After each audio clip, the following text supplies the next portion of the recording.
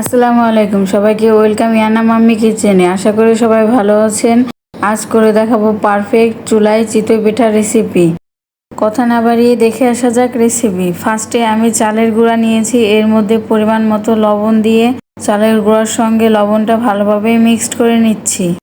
এখন পানিটাকে এমনভাবে গরম করে নিতে হবে যে হাতটা অনায়াসে চুবিয়ে রাখা যায়। এখন অল্প অল্প পানি দিয়ে আমার দেখানো পদ্ধতি অনুযায়ী ভালোভাবে একটা ব্যাটার গুলিয়ে নিতে হবে।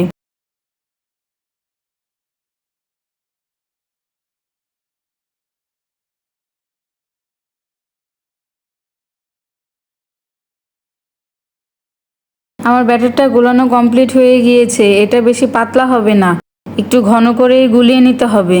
দেখুন আমার ব্যাটার কমপ্লিট। এখন একটা চিতই পিঠার শাঁসকে নিয়ে আমি ভালোভাবে গরম করে পিঠার ব্যাটারটা দিয়ে দিচ্ছি। আপনারাও আপনাদের শাঁসটাকে ভালোভাবে গরম করে নেবেন, আর চুলার আঁচটা যখন দিবেন ব্যাটারটা একটু বাড়িয়ে দিবেন। ঢাকনা দিয়ে ঢাকার পরে চুলার আঁচটা একটু লো টু মিডিয়াম হিটে রেখে দিবেন। দেখুন আমার কত সুন্দর পারফেক্ট চিতই পিঠা অল্প টাইমেই বানানো কমপ্লিট হয়ে গিয়েছে। কে না চাইবে নিজের হাতের বানানো চিতই পিঠাটা পারফেক্ট হোক। আমার দেখানো পদ্ধতি অনুযায়ী বাসায় ট্রাই করলে ইনশাল্লাহ আপনাদের পিঠাটাও পারফেক্ট হবে। আর এখনও যারা পেজটিকে ফলো করেনি, ফলো, লাইক, কমেন্ট, শেয়ার দিয়ে পাশে থাকবেন। আপনাদের জন্য নতুন নতুন ইজি ওয়েতে রেসিপি নিয়ে হাজির হব ইনশাল্লাহ।